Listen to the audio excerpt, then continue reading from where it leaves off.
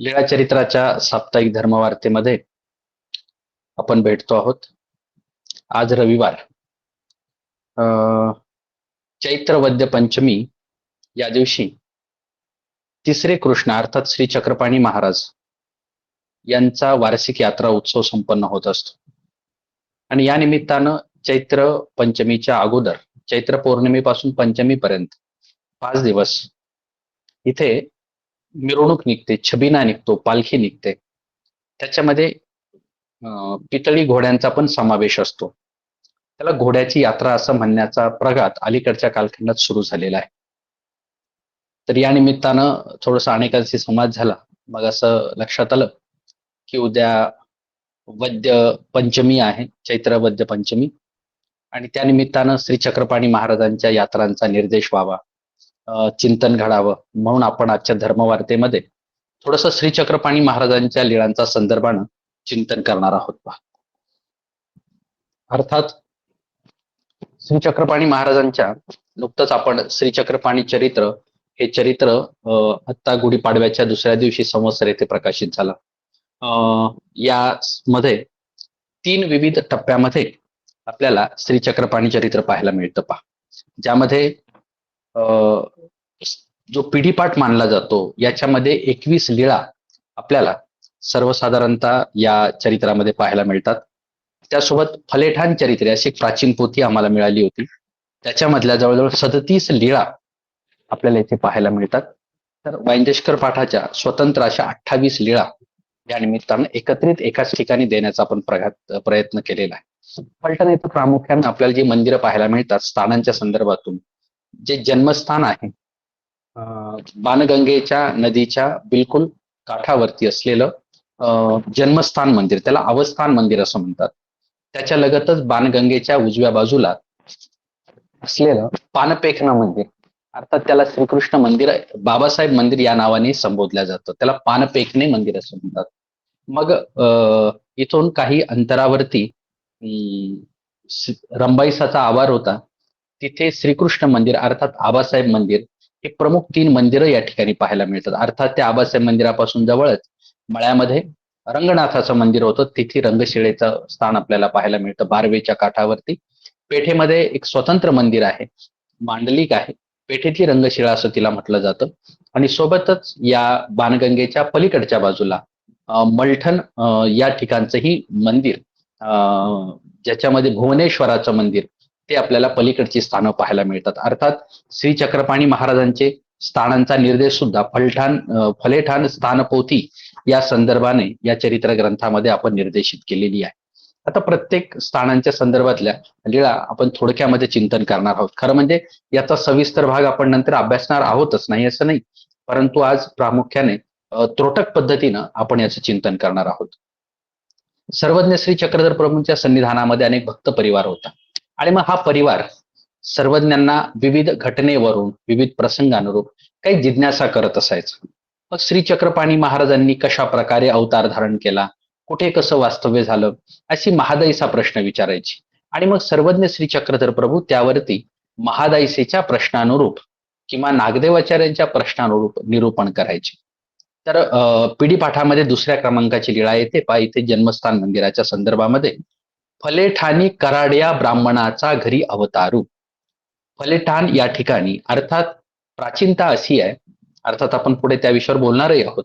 फलस्त ऋषींच्या नावावरून त्रेतायुगापासून या नगरीला फलस्त नगरी, मग फल्लेठान, मग फलेठान आणि आज फलटण असं याचं बदलत गेलेलं रूप, स्थित्यंतरित शब्दांचं रूप आपल्याला पाहायला मिळतं. मग या फलेठान या ठिकाणी सर्वज्ञ श्री चक्रधर प्रभूंनी निरूपण करताना सांगितलं, बाई पुन्हा चाकणा प्रदेशी, पुणे आणि चाकण या परिसरामध्ये, अर्थात ही त्यावेळची बाजारपेठेची गावं होती, आणि म्हणून या प्रदेशामध्ये पुरंदराचा तळवटी, पुरंदर पर्वताच्या जवळच परिसरामध्ये फलेठान हे गाव, तेथे कराड्या ब्राह्मणाचा घरी अवतारू स्वीकारला तो गर्भीचा अवतारू. पिढीपाठ असं सांगतो, जनक नायक आणि जनकाईसा माता यांच्या उदरी गर्भीचा अवतार झाला. बाणगंगा नदीच्या बिलकुल अलीकडच्याच बाजूला, अर्थात या परिसरामध्ये सीताबाईचा डोंगर या नावाने एक डोंगर प्रसिद्ध आहे, तिथे दोन नद्या छोट्या उगम पावल्या, प्रादेशिक आहेत त्या, एक बाणगंगा आणि दुसरी मानगंगा असा मानण्याचा प्रघात आहे. की दंडकारण्यामध्ये जेव्हा सीतामाता त्रेतायुगामध्ये परिभ्रमण करत या परिसरामध्ये आली, त्यांचे 2 मुलं सोबत होते, लव आणि कुश. हे दोघं खेळताना दोघांसाठी त्यांनी एका द्रोणामध्ये पाणी भरून ठेवलं होतं. दोघांचे 2 द्रोणांना पाय लागले आणि ते 2 तिथून प्रवाह तिथून म्हणजे उगम पावले. एक बाणगंगेच्या रूपानं डोंगराच्या या बाजूला आला आणि डोंगराच्या विरुद्ध बाजूला जो गेला तो मानगंगेच्या रूपानं तिथे प्रवाहित झाला, असा एक मानण्याची आख्यायिका प्राचीन ग्रंथामध्ये आपल्याला पाहायला मिळते. त्या बाणगंगेच्या काठावरती असलेलं हे जन्मस्थान मंदिर. आता या जन्मस्थान मंदिराच्या संदर्भामध्ये आपल्याला स्थानपोथीमध्ये असाही संदर्भ पाहायला मिळतो की हे जे जन्मस्थान मंदिर आहे याच्या संदर्भामध्ये फलेठाण स्थानपोथी बाणगंगेचा तिरी फलेठाण नगर, तया नगरा पश्चिमे उत्तर दक्षिण ओत, तया ओता पश्चिमे ब्रह्मपुरी. उंच टेक आहे, या उंच टेकाच्या परिसराला ब्रह्मपुरी असं म्हटलं जात होतं. आणि या ब्रह्मपुरीच्या जवळ आग्नेय दिशेला एक या जवळच पानपेखणं मंदिर आहे. त्याच्या आग्नेयाला एकी वासना 60 पांडाचेनी माने टेक, 60 पांड मोठे पाऊल टाकत जातो आपण, त्याला पाऊंड असं म्हणतात. पाऊंडावरून पांड असा शब्द आलेला आहे. मग इथे उंच इथं राजनायकाचा आवार होता. हे पंजोबा यांचे राजनायक, या राजनायकांपासून राजाईसांना, राजनायक आणि राजाईसा यांना 7 पुत्र झाले. रूपनायक, वडनायक, ब्रह्मनायक, माननायक, काननायक, दाननायक आणि 7वे जानुनायक. तर यातले जे हे 7 भावांचे स्वतंत्र आवार होते, त्यांना राहण्याची निवासस्थानं होती आणि 7 वोवरिया होत्या, 7 चौकिया होत्या. हे 7ही भाऊ अतिशय विद्वत रत्न होते आणि वेद वगैरे जाणणारे, उपनिषद जाणणारे होते. तर याच्यामध्ये वडील जे रूपनायक होते, राजनायक आणि राजाईसा यांचे पुत्र मोठे सगळ्यात रूपनायक, त्यांची पत्नी रूपाईसा, यांना पुढे जनकनायक हे पुत्र झाले. या जनकनायकांचा इथे आवार होता आणि या जनकनायकांच्या संदर्भातून यांच्या 3 चौकिया होत्या, चौक वेगळे वेगळे. तर या त्यांच्या त्या मोठ्या वाड्याला तिथे पश्चिमेला शेजार होता आणि तेच यांचं अवस्थान असायचं. आणि त्या ठिकाणी मग यांना पुढे जनकनायक आणि जनकाईसा यांना बरेच दिवस पुत्ररत्नाची प्राप्ती होत नव्हती. मग त्यावेळेला सगळ्या घरच्यांच्या आग्रहावरून जनकनायकांची जी पत्नी होती जनकाईसा, तिची जी बहीण होती, यांचं माहेर चाकण प्रदेश, या चाकण या गावावरून या जनकाईसाची दुसरी लहान बहीण रंभाईसा हिच्यासोबत विवाह करावा अशा प्रकारचा जनकनायकांना आग्रह झाला. पुत्ररत्नाच्या प्राप्तीसाठी यांनी तोही प्रयत्न अवलंबायचा ठरवलं आणि मग त्यांना रंभाईसा ही दुसरी पत्नी म्हणून इथे आणली.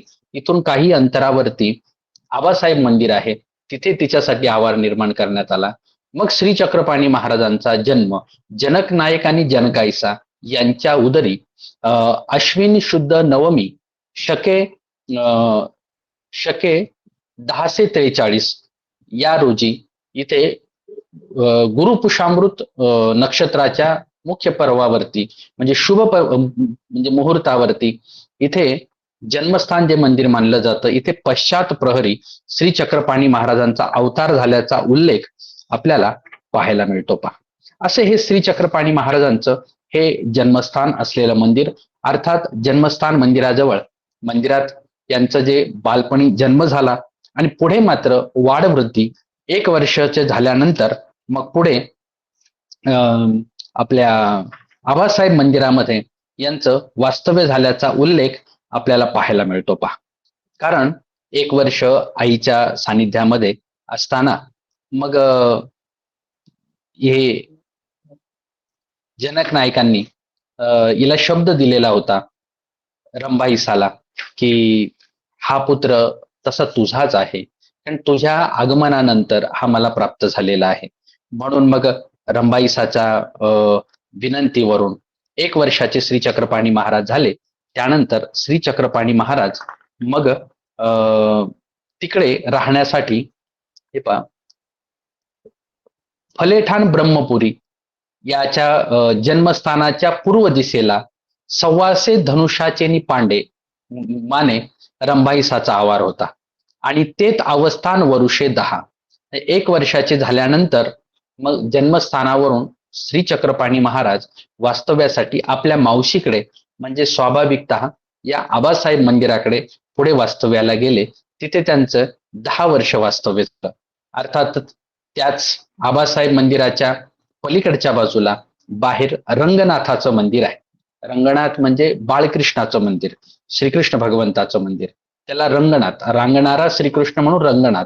मग त्या रंगनाथाच्या मंदिराच्या समोर अशी विस्तीर्ण अशी शिळा होती. या शिळेवरती बालपणी श्री चक्रपाणी महाराजांचं रांगणं व्हायचं. त्या रंगशिळेची अनेक पाषाण आज परंपरेमध्ये आहेत. प्रामुख्याने त्या रंगशिळेचे पुढे 5 विभाग झाले. त्यामधला एक पाषाणाचा विभाग आपल्याला पलीकडे याच्यामध्ये पाहायला मिळतो. तिच्याच रंगशिळेच्या मंदिरामध्ये तो ओट्यामध्ये बसवलेला आहे आणि सोबतच पेठेतल्या रंगशिळेमध्ये 2 त्याचे विभाग तिथे बसवलेले आपल्याला पाहायला मिळतात. तर त्यातला एक भाग श्रीकृष्ण मंदिर अर्थात आबासाहेब मंदिराच्या समोरच्या प्रांगणामध्ये मंदिरामध्येच सभा मंडपामध्ये अष्टकोनी आकाराचा एक ओटा आहे. त्याच्यामध्ये एक त्या शिळेचा भाग बसवलेला आहे. तर याचा उरलेला एक 5वा हिस्सा मोठा जो होता तो पोगरवाडीला आपल्याला वंदन करायला म्हणजे मिळतो.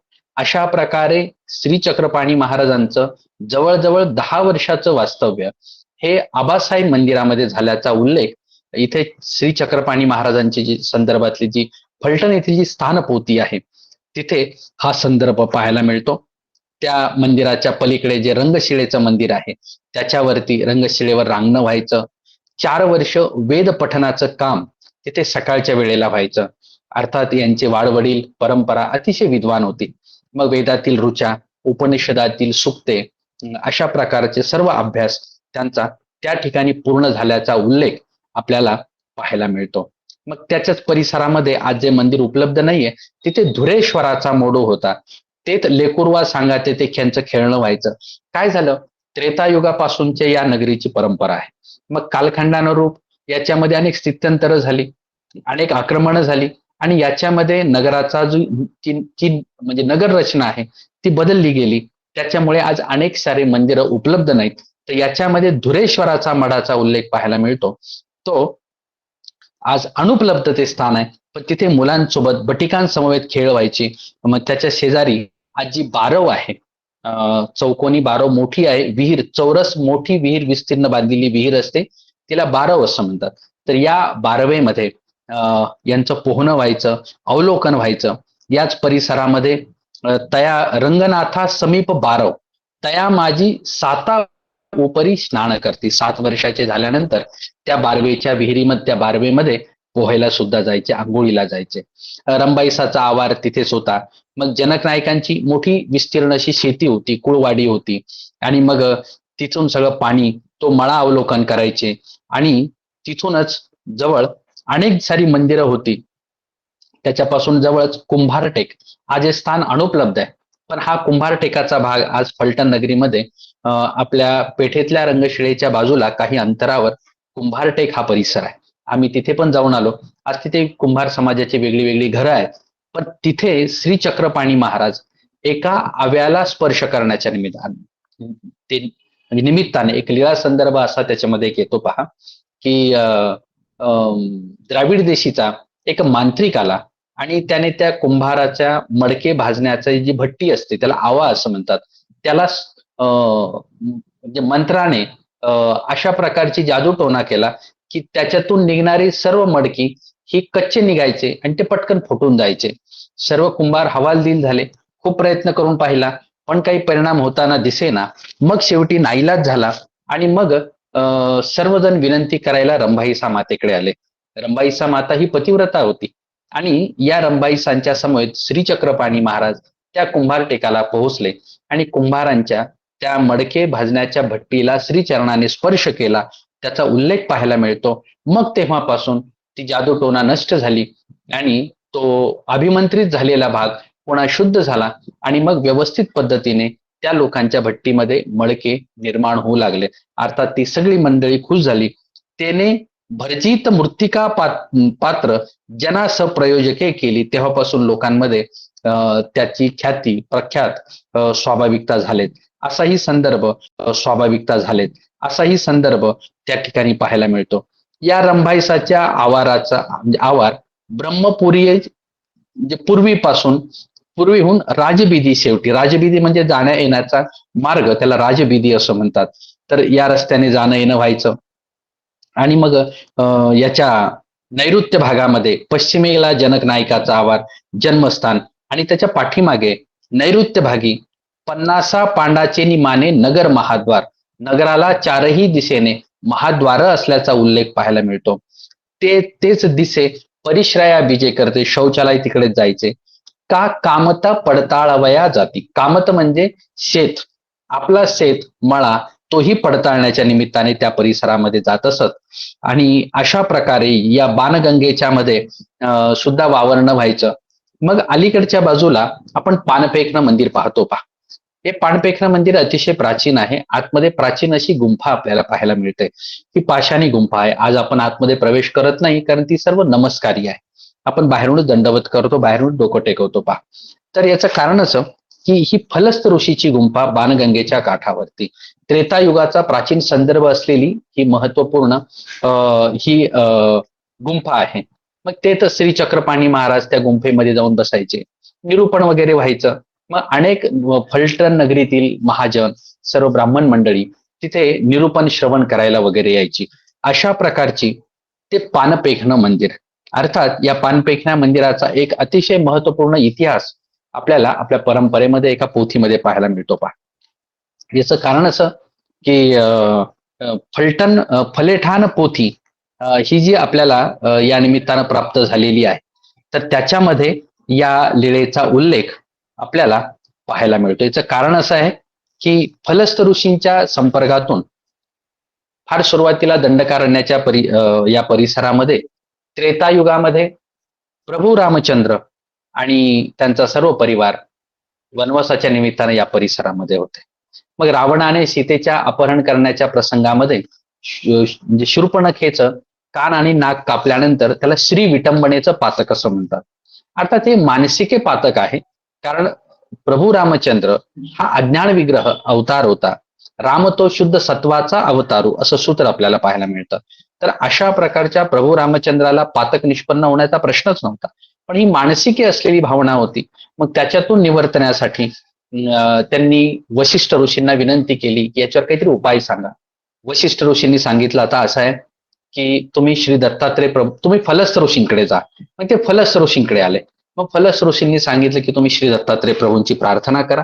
मग श्री दत्तात्रय प्रभूंची प्रार्थना केल्यानंतर आजच्या पानपेखणे या स्थानाजवळ श्री दत्तात्रय प्रभू प्रत्यक्ष प्रगट झाले. प्रगटल्यानंतर मग त्यांनी सांगितलं या श्री विटंबनेच्या पातकातून जर मुक्त व्हायचं असेल तर इथे सर्व तीर्थ निर्माण करावं लागेल. म्हणजे पाताळातील पाणी इथे वर आणावं लागेल आणि त्या याने मग तिथे तीर्थ निर्माण होईल आणि त्या तीर्थाने तुम्हाला स्नान करावं लागेल. असं ठरल्यानंतर मग यांनी मान्यता दिली आणि मग प्रभू रामचंद्रांनी बाण मारून आज जे पानपेखणं ठिकाण आहे तिथे पाताळापर्यंत बाण मारला आणि सामर्थ्याने तेथ पाताळातील गंगा अवतीर्ण झाली. 3.5 हात पाणी उंच उसळले आणि त्या पाण्याच्या प्रवाहाच्या वरती जलदेवता नृत्य करत दत्तात्रय प्रभूंच्या दर्शनासाठी आल्या. याला पानपेखणं मंदिर म्हणण्याचं कारणच असं आहे. पेखणे शब्दाचा अर्थ होतो पेखणे म्हणजे नृत्य करणे. आणि मग त्या पाण्याच्या प्रवाहावरती वरती आल्या आणि मग प्रभू रामचंद्रांनी श्री दत्तात्रय प्रभूंचं श्रीचरण प्रक्षालन केलं आणि तिथे सर्व तीर्थ निर्माण झालं. मग त्या तीर्थाच्या स्नानाने अर्थात प्रभू रामचंद्राने स्नान केल्याचा उल्लेख आपल्याला या पोथीमध्ये पाहायला मिळतो.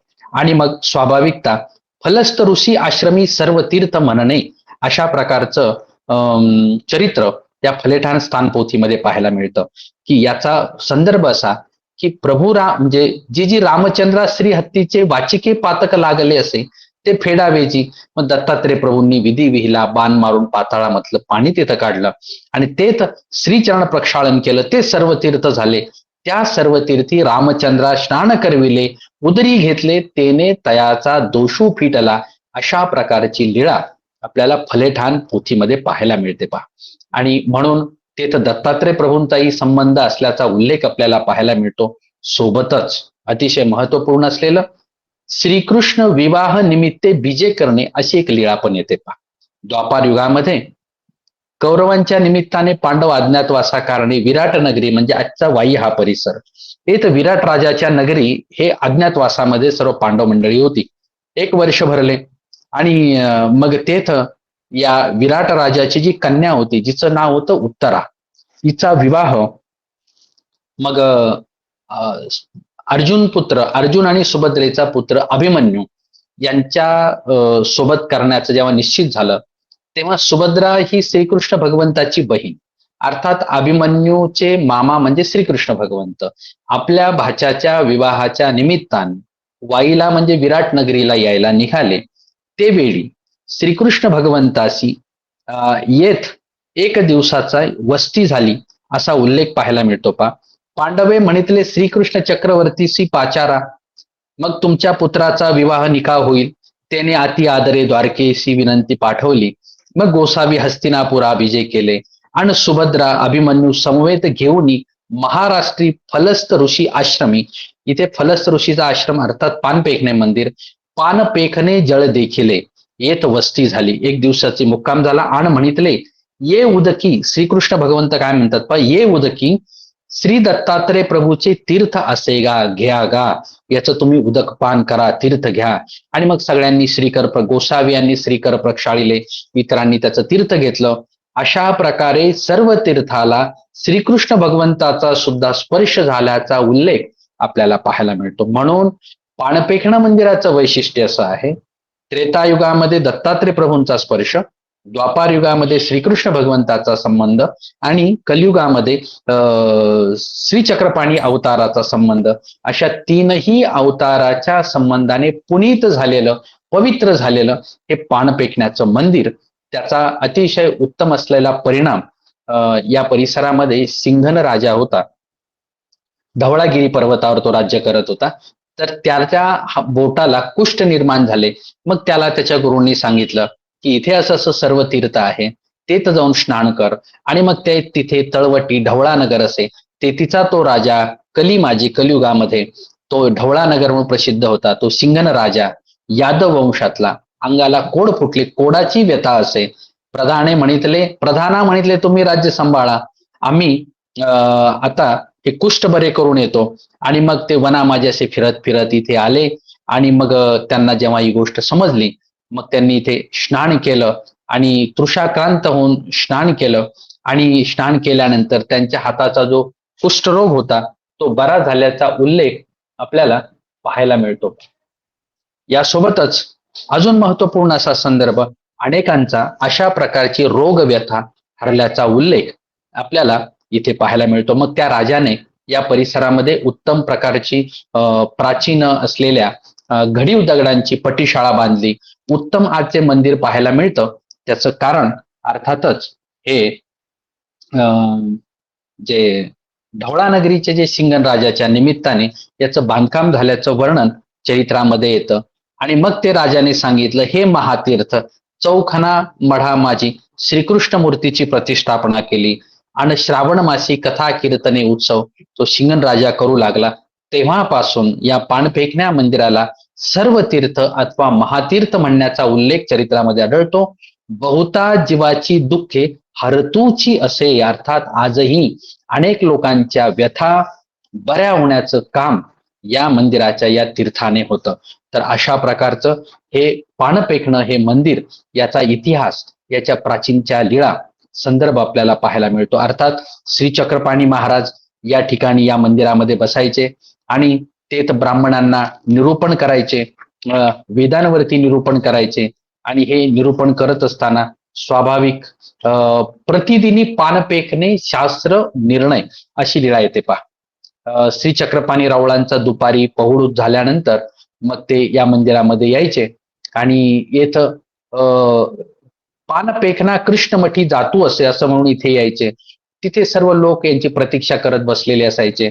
आणि मग तेथे आल्यानंतर मग शास्त्र श्रवण संशय निवृत्ती करावी असं म्हणून तेथे निरूपण करायचे. देखत श्री चक्रपाणी महाराज प्रवेश झाला तिथे की महाजन मंडळी उठून उभी राहायची, दंडोत घालायची, श्रीचरणा लागायची. दोही खांबामध्ये ओटा तयावरी पद्मासन होत असे. जो ओटा आज दिसतो आपल्याला वंदन करायला, ते स्नान घातलं जातं, त्या ओट्यावरती पद्मासनामध्ये बसायचे.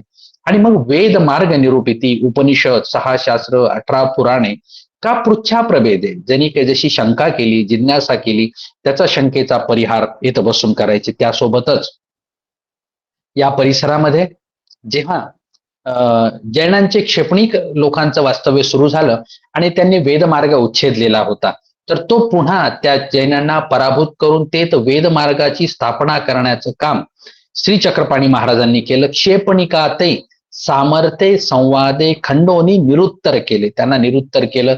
जयत पत्र घेतले ऐसे नियत श्रवणे का आपुले प्रवृत्ती, वेद मार्ग चालावया कारणे महाजन केशव नायकाते, वेद उपनिषद शास्त्र पुराणे पारंगत आचार्य केले.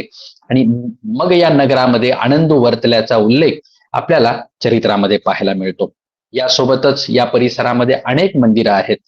जसं आज आपल्या वंदनामध्ये जरी उपलब्ध नसलं तरी ते मंदिर मात्र उपलब्ध आहे.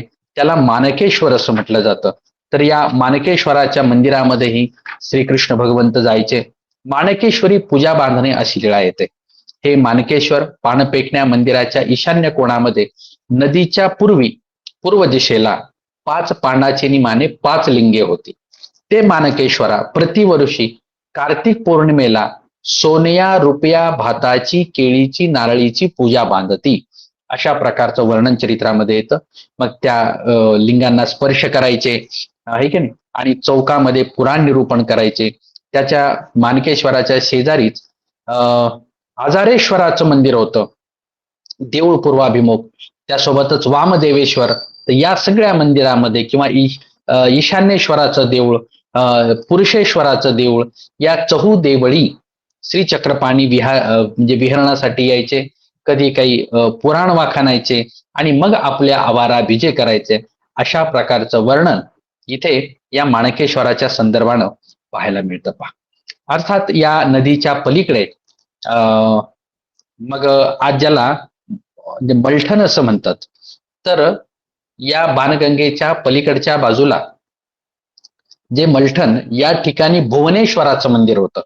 या भुवनेश्वराचे देऊळ पूर्वाभिमुख त्या चौकामध्ये विहरण करायचे. बाजूलाच ब्राह्मणा भोजन देणे स्थान आता नव्यानं निर्माण झालेलं आहे. पहा, अर्थात स्थान जुनं आहे, फक्त प्रवाहामध्ये नव्हतं, आज ते उपलब्ध झालंय. ब्राह्मणा भोजन देणे, संन्यासिया भोजन देणे, अशा प्रकारची स्थानं त्या परिसरामध्ये आपल्याला करायला मिळतात. सोबत तिथे नांदियेचा साजा म्हणजे नंदी बसवलेला होता, त्याचा असा सज्जा होता. तिथेही त्या नांदेच्या सज्जामध्ये सुद्धा बसण्याचा उल्लेख आपल्याला पाहायला मिळतो. अर्थात मुख्य प्रवेशद्वार आज तेही स्थान उपलब्ध आहे. प्राचीन अशा पाषाणामध्ये ते उभारलेलं आहे. अर्थात ते खिळखिळं झालेलं आहे, पण मुख्य प्रवेशद्वार ते होतं. तर तिथून आतमध्ये प्रवेश व्हायचा. त्या भुवनेश्वराच्या मंदिराच्या तो सर्व भाग नमस्कारी आहे. आजही प्राचीन पट्टीशाळेचे अवशेष आपल्याला पाहायला मिळतात. त्याच्या पलीकडे आज एक मंदिर आहे, सदाशिवाचं मंदिर, अर्थात सदाशिवाचे देऊळ. त्यातीलही चौक नमस्कारी आहे, पण आज ते मंदिर अन्य लोकांच्या ताब्यामध्ये आहे. आपण ते प्रेक्षणीय आहे, जाऊन पाहू शकतो. कारण पदयात्रेच्या निमित्ताने आम्ही जेव्हा गेलो पहिल्यांदा, त्यावेळेला हे भुवनेश्वराचं तर आज आपल्या ताब्यात आहेच आहे. संप्रदायाच्या पलीकडचं सदाशिवाचं देऊळ सुद्धा ते अन्य लोकांच्या ताब्यात असलं तरी आज आपल्याला ते पाहता येतं. तर अशी प्राचीन असलेल्या मंदिराची सर्व अवशेष या परिसरामध्ये आहे. अलीकडच्या बाजूला फार विस्तीर्ण असं तळं होतं. त्या तळ्यामध्ये घोडे, त्याच्या शेजी दोन्ही तळोली असे 2 छोटी छोटी तळे होती. एका माझी घोडे धुवणे, एका माझी हत्ती धुवणे असं म्हटलं जायचं. तर परिसरामध्ये राज्य व्यवस्था होती. स्वाभाविक या परिसरामध्ये ती व्यवस्था असल्यामुळे या राजाधिकांकडे हत्ती घोडे असणं स्वाभाविक होतं. त्या निमित्ताने मग त्याही परिसरामध्ये जाणं श्री चक्रपाणी महाराजांचं असायचं. अशा प्रकारे या फलेठाण मंदिराची अनेक स्थानं आपल्याला पाहायला मिळतात. यासोबतच ज्या स्थानांचा उल्लेख होतो पहा, ज्या स्थानपोथीमध्ये हे संदर्भ आपल्याला पाहायला मिळतात त्यामध्ये आपण पानपेखणं मंदिर तर आपण पाहिलं की या पानपेखण्याच्या मंदिरामध्ये इथला संदर्भ पाहिला. चारही दिशेला नगर महाद्वार होतं, पूर्व महाद्वार, पश्चिम महाद्वार, दक्षिण महाद्वार, मानकेश्वराचं मंदिर, भुवनेश्वराचं मंदिर, मग त्यानंतर पलीकडे नारायणाचा मठ. आज हा मठ उपलब्ध नाहीये, पण याची पण एक छान अशी कथा या संदर्भात आलेली आहे पहा. उपलब्ध नाहीये, पण याची पण एक छान अशी कथा या संदर्भात आलेली आहे पहा स्थानपोथीमध्ये. नारायण मड देवळी पश्चिमे गावांत नारायणाचा मड उत्तराभिमुख, उत्तरेकडे तोंड करून असलेला मड हा होता. तेथ गोसावी कदाचित तेथ जायचे विहरणासाठी. तो मड वेश्येने बांधला म्हणून तया ते वेश्येचे देऊळ ऐसे म्हणती. अशा प्रकारचा एक उल्लेख स्थानपोथीमध्ये. खोलाळे, केशवमड, हरिहरेश्वर, एकवीरा लिंग, गणेश. आता नारायणाच्या मढा ईशेन्ये एकविरेचे देऊळ, तेथ विहरणासाठी जायचे. मग नारायण मठाच्या शेजारी पांडा तिसाचे निमाणे. खोलाळे, खोल असलेले एखादं ठिकाण असेल, तेथ केशवाचा मठ, तेथ विहरण व्हायचं. थोडक्यामध्ये फलटण नगरी ही त्यावेळची अतिशय प्राचीन असलेली आणि अनेक मठ मंदिरांचं ठिकाण असलेली ही नगरी होती. स्वाभाविकच या सगळ्या मठ मंदिरांमध्ये श्री चक्रपाणी महाराजांचं विहरण वास्तव्य असल्याचा उल्लेख आपल्याला पाहायला मिळतो. अर्थात स्थित्यंतर झाल्यामुळे, अनेक वर्ष उलटून गेल्यामुळे आज नगराची रचना बदललेली असल्यामुळे आपल्याला या सर्व संदर्भांमध्ये आज ही मंदिरं आज आपल्यासाठी अनुपलब्ध आहेत. मग पलीकडे रंगनाथाचं मंदिराचा संदर्भ आपण पाहिला, तेच वेदांचं अध्ययन झालेलं आहे, तिथलाही संदर्भ आपण पाहिलेला आहे पहा. मग 12 वर्षा विवाहो स्वीकारला. श्री चक्रपाणी महाराजांनी 12 वर्षानंतर विवाहाचा स्वीकार केला. कार्तिक पौर्णिमेशी प्रतिवर्षी या रंगनाथाच्या मंदिरामध्ये पूजा बांधण्याचा उल्लेख आपल्याला पाहायला मिळतो. या रंगनाथा वायव्या पांडा दहाचे निमाणे दक्षिणेचे महाद्वार होते. तेथ गोसावी कामत पडताळावया बीजे करती असा उल्लेख पाहायला मिळतो पहा.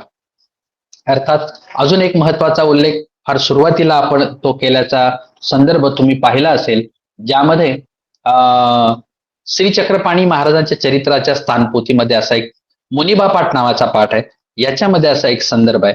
गोसावी फलेठाणी जन्मले, मग जनकनायक गोसाविया पुण्यासी घेऊन गेले. अर्थात पुण्यामध्ये यांचा अधिकार होता जनकनायकांचा, तेथ तयाचा अधिकारू होता, तेथ यांचा एक वाडा होता आणि तेथ श्री चांगदेव राऊळ हे नाम स्वीकारिले. मास एक पुन्हा अवस्थान झाले. 1 महिन्याचं वास्तव्य श्री चक्रपाणी महाराजांचं पुण्यामध्ये झालं. पुणे नगराकार, त्यावेळेला फार मोठं नगर होतं पुणे हे. तेथची असता गोसावियाचे बारसे केले असा उल्लेख एका पोथीमध्ये आहे. मग गोसाविया जनकाईसाच्या माता पितरी, मग त्यांनी त्यांचं माहेर जनकाईसाचं तिथून जवळ चाकणला होतं, तिकडे घेऊन गेले. मग तेच श्री चक्रपाणी नाम स्वीकारले. अर्थात 2 नाव आहेत, श्री चक्रपाणी आणि श्री चांगदेव राऊळ.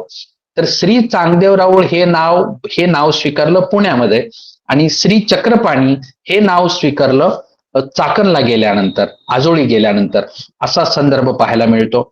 मग प्रौढ दिशेमध्ये विवाह झाला, त्यावेळेला 6 मास अवस्थान तिकडे चाकणच्या परिसरामध्ये झालं, येऊन 8 मास अवस्थान, मग त्याच्यामध्ये 4 मास येता जाता 1 वर्ष भरले. रंबाईसाच्या आवारी 9 वर्ष अवस्थान, एका पोथीमध्ये 10 वर्ष असं आहे. नायकांच्या आवारी म्हणजे जन्मस्थान या ठिकाणी 25 वर्षे अवस्थान, 25 आणि 10 35 येऊन 34 वर्ष. 3 महिने इथून माहूरला गेले. श्राद्धाच्या प्रसंगामध्ये पत्नीने रतिसुखाचा आग्रह केला. श्री चक्रपाणी महाराजांनी ब्रह्मचर्याची प्रवृत्ती स्वीकारली, उदासीनता स्वीकारली आणि त्यानिमित्ताने श्री चक्रपाणी महाराज माहूरला जायला निघाले. तर फलटणवरून माहूरला पोहोचण्यासाठी जवळजवळ 3 महिने लागले यात्रेला. 3 मास मातापूर मार्गी, मातापुरामध्ये मग 6 महिने किंवा 18 महिने वास्तव्य झालं आणि तिथून मग द्वारकेला गेले. तिथे जाण्यासाठी 3 मास लागले. येऊन द्वारावती, मग द्वारावतीला 43 वर्षाचं वास्तव्य, एकी वासना 63 वर्ष. एकंदरीत असे 6 महिने उणे शतवर्ष, हा बरोबर आहे, 6 महिने उणे शतवर्ष म्हणजे 100 वर्ष भरायला 6 महिने कमी असताना अशा प्रकारे तदनंतरे कामाख्या निमित्ते पूर त्यागू केला, इतुके फले ठाणेची स्थाने स्थान पाठांतरे होती ते निवडोनी येत लिहिल्याचा उल्लेख आपल्याला पाहायला मिळतो. अर्थात अजून एका स्थानपोथीचा संदर्भ आहे, थोडक्यात सांगतो, कदाचित तुम्हाला ते समजणार नाही पण तरी मी सांगण्याचा प्रयत्न करतो. महेश्वर स्थानपोथी नावाची एक पोथी आहे, त्याच्यामध्ये असा एक उल्लेख येतो, पहिले गोसावी मातापुरी हुनी देगावा बीजे केले. अर्थात हे देगाव कोणतं तुमच्या मनात प्रश्न येईल, पण डोमेग्रामच्या जवळ आज छिन्नस्थळी आपण वंदन करतो त्याच्या विरुद्ध बाजूला देगाव नावाचं गाव आहे. तर या देगावाला श्री चक्रपाणी महाराज आल्याचा उल्लेख एका पोथीमध्ये मिळतो. तेथ लक्ष्मी नारायणाचा देवळी आरोगण झाले. लक्ष्मी नारायणाचं मंदिर या देगावाला होतं. तेथ आरोगणा झाली. पातळी पटीशाळी अग्नकोणी आग्नेय दिशेला पातळी घालून भोजन केलं आणि त्या ठिकाणी मग तिथून द्वारकेला बीजे केल्याचा उल्लेख एका पोथीमध्ये मिळतो. म्हणजे माहूरवरून द्वारकेला जाताना डोमेग्रामच्या शेजारी विरुद्ध बाजूला गोदावरी नदीच्या विरुद्ध बाजूला जे देगाव ठिकाण आहे तिथे लक्ष्मीनारायणाच्या मंदिरामध्ये श्री चक्रपाणी महाराजांचं एक आरोगणा स्थान असल्याचा उल्लेख एका पोथीमध्ये पाहायला मिळतो. एकंदरीत श्री चक्रपाणी महाराजांची अशी अनेक स्थानं असणार आहेत. आज आपल्यासाठी ही फार कमी स्थानं उपलब्ध आहेत, परंतु या सर्व गोष्टींच्या निमित्ताने श्री चक्रपाणी महाराजांचं लीळा स्मरण घडावं. फलटण या ठिकाणची वार्षिक चैत्र वद्य पंचमीला यात्रा असते, या निमित्ताने वंदन करायला आल्यानंतर या लीळांचा आठव झाला पाहिजे. वेळेअभावी येणं जरी झालं नाही तरी सुद्धा या सर्व लीळांचं पठन करणे, वाचन करणे, चिंतन करणे आणि प्रार्थना करणे. हे प्रभो, या नगरीतील सर्व जीव किती भाग्यवान आहेत की त्यांना आपलं सन्निधान लाभलं. दर्शन, स्पर्शन, संभाषण या निमित्ताने आपला सहयोग मिळाला, आपलं सन्निधान मिळालं. येथ असलेल्या जी पत्नी होती, अर्थात ही एक वासना अशी आहे की श्री चक्रपाणी महाराजांचा आजोळ आहे चाकणला, तेथे कमळनायक हे त्यांचे मामा होते. या कमळनायकांची एक कन्या जिचं नाव कमळवदना किंवा कमळाऊसा, हिच्या सोबत श्री चक्रपाणी महाराजांचा विवाह झाला चाकणला आणि त्या विवाहाच्या प्रसंगी श्री दत्तात्रय प्रभू महाराज तेथ उपस्थित असल्याचा उल्लेख दत्तात्रय प्रभू चरित्राच्या एका पोथीमध्ये उल्लेख सापडतो. तो उल्लेख आपण श्री दत्तात्रय प्रभू चरित्राच्या त्या ग्रंथामध्ये तो दिलेला आहे. तर ती विवाह करून झाल्यानंतर मग कमळवदना, कमळाऊसा इथे आली. मग इथल्या वास्तव्यामध्ये पुढे मग ती रजशिला झालेली असताना त्याच वेळेला श्राद्ध आलं आणि तिने आग्रह धरला शरीर सुखासाठी. ती पण विद्वान होती. तिने सांगितलं की माझ्या पोटी जे जन्माला येणारं बाळक आहे ते वाट पाहत आहे. तुम्ही जर मला रतिसुख दिलं नाही तर ते जन्माला येणार नाही बालक, आणि ते जन्माला त्याला जन्माला अडथळा आणल्याचं पातक ते तुम्हाला लागेल, प्रत्यवायो घडेल, असा वर्णन चरित्रामध्ये पाहायला मिळतं. अर्थात श्री चक्रपाणी महाराजांच्या चरित्राचा संदर्भ असा आहे, ते सांगतात येत पातक न लगे परमेश्वर नमाम कर्माने लिंपंती नमे कर्म फले स्पृहा, गीतेमध्ये श्लोक आहे. मला कोणतंही कर्म बंधनकारक नाही असं परमेश्वर म्हणतात. अर्थात जीवाला कर्म बंधनकारक आहे, परमेश्वराला नाही, हे त्या मातेला समजलं नाही. पण तेवढ्याच एका गोष्टीचं अनुचित श्री चक्रपाणी महाराजांनी, एखाद्या गोष्टीचं मनासारखं न होणे याला अनुचित भावना असं म्हणतात. तर त्यातलाच एक निमित्त करून श्री चक्रपाणी महाराजांनी उदासीनता स्वीकारली. अर्थात स्वप्नामध्ये रती दिल्याचा उल्लेख पाहायला मिळतो आणि बरोबर रती दिल्यानंतर स्वाभाविकतः पुढे एक 2-3 महिन्यातच श्री चक्रपाणी महाराज मातापूर यात्रेच्या निमित्तानं निघाले आणि इकडे निघून आल्यानंतर मग या कमळाऊसा मातेला श्री चक्रपाणी महाराजांपासून एक पुत्र झाल्याचा उल्लेख पुढे एका संदर्भामध्ये आहे. अर्थात तो फार क्लिष्टतेचा भाग तुमच्या सहज लक्षात येणार नाही, पण मुद्दा फक्त एवढा सांगतो. चरित्रामध्ये वर्णन येतं पहा. साधाईसाला स्वामी सांगतात, बाई येत शतवर्षाचा एक पुत्र असे, आम्हाला 100 वर्षाचा एक मुलगा आहे आणि तो काठी टेकीत खेखे करीत चालला असे. तर साधायला आश्चर्य वाटतं, जी जी गोसावी येऊले आणि तुम्हाला शतवर्षाचा पुत्र हे कैसे जी. तर स्वामी हसले. स्वामी म्हणतात, ते सांगो नाही देवी, ते काही सांगता येणार नाही. आणि तिथे विषय थांबलेला आहे. पण महानुभाव कालनिर्णय बृहत्कोश असं एक छोटासा ग्रंथ आदरणीय आचार्य महंत श्री श्रीधरानंद शास्त्री पातुरकर यांनी काढलेला आहे. अतिशय उत्तम अभ्यासक आहेत, पंथातले ज्येष्ठ आचार्य आहेत. डोमेग्राम जवळ खोकर या ठिकाणी ते राहतात. तर त्या ठिकाणी ठिकाणाहून त्यांनी छोटी ही कालनिर्णय पुस्तिका प्रकाशित केली. त्याच्यामध्ये त्यांनी कालसंगती सर्व बरोबर जमवलेली आहे. त्यांचं म्हणणं असं आहे, त्या चरित्रातला त्या ग्रंथातला संदर्भ मी तुम्हाला सांगतो, तुमच्या वाचण्यात कोणाच्या आहे मला माहिती नाही, पण त्याच्यामध्ये असा उल्लेख आहे. कारण श्री चक्रपाणी महाराज उत्तर द्वारकेला निघून आले, इकडे माहूरला निघून आले, पाठीमागे पुत्र जन्माला आला आणि मग यांचं मातापूरचं वास्तव्य झालं 6 महिने पुढे. 43 किंवा 63 वर्ष इकडे द्वारावतीला राहिले आणि तिथून मग 100 वर्ष भरण्याच्या दरम्यान कामाख्येच्या निमित्ताने पुरत्याग केला. अर्थात श्री चक्रपाणी महाराजांना वयाच्या 34-35व्या वर्षी हा पुत्र झालेला आहे एक. तो सर्वज्ञ श्री चक्रधर प्रभूंच्या कालखंडामध्ये बरोबर 100 वर्षाचा भरतो. म्हणजे जे श्री चक्रपाणी महाराज तेच आमचे गोसावी, म्हणून सर्वज्ञ श्री चक्रधर प्रभू साधाईसाला बोलताना सांगतात, बाई एक 100 वर्षाचा येत एक पुत्र असे, तयाचे नेतवटे बांधले असे. ह्या ज्या भुवया असतील वार्धक्याने अशी खाली येतात. मग पूर्वीचे लोक ते अशा वर उचलून अशा बांधल्या जायचे, कारण ते डोळ्यावर आल्यामुळे डोळ्याने दिसणं कमी होऊन जायचं, दिसत नसायचे अडथळे आल्यामुळे. नेतवट बांधले असे, त्याच्या अंगावर सुरकुत्या पडलेल्या आहेत, तो काठी टेकीत खेखे करीत चालल्याचं वर्णन सर्वज्ञ श्री चक्रधर प्रभू साधाईसाला सांगतात. तिला आश्चर्य वाटतं. पण आचार्य श्रीधरानंद शास्त्री पातुरकर यांचं म्हणणं असं आहे की तो जो पुत्र आहे तो श्री चक्रपाणी महाराजांचा पुत्र आहे. स्वरूपाभिप्राय स्वरूप एकच आहे, श्री चक्रपाणी महाराजांचं काय आणि सर्वज्ञांचं काय. म्हणून जो श्री चक्रपाणी महाराजांचा पुत्र तोच श्री चांगदेवराव गोसावी अर्थात चक्रधर स्वामींचा पुत्र आहे. आणि तो संदर्भ स्वामी देऊन सांगतात साधाईसाला, असा उल्लेख त्यांनी केलेला आहे. तो संदर्भ माहिती असण्यासाठीच मी तुम्हाला इथे सांगितलं. आपल्याला माहित असेल अशा प्रकारचं हे श्री चक्रपाणी चरित्र अतिशय महत्वपूर्ण ग्रंथ आहे.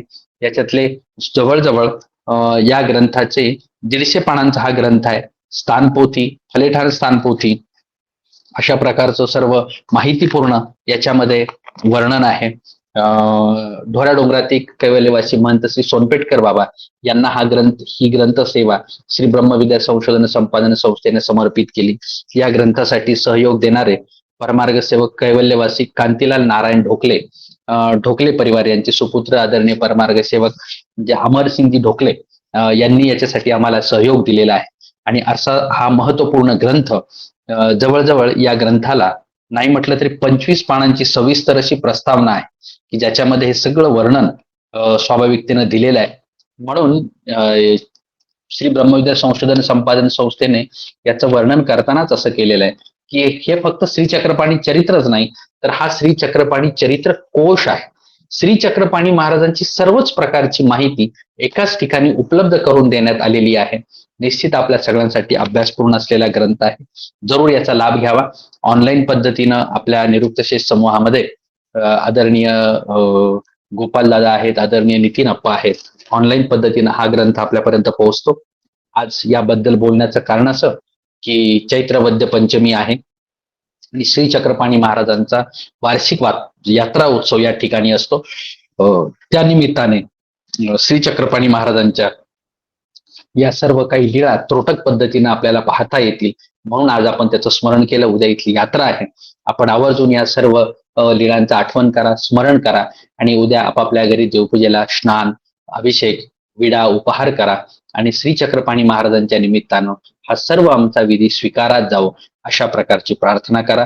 अशा प्रकारची धर्मवार्ता या निमित्तानं आज आपण करतो आहोत. आपला वेळही उलटून गेलेला आहे. आपण आता थांबतो आहोत. पुढील रविवारी स्वाभाविक आपण पुढील लीळेच्या संदर्भातून भेटणारच आहोत. उद्या सकाळी 7 वाजता निरुक्त शेष या ग्रंथ समूहामध्ये आपण भेटीच्या सूत्रात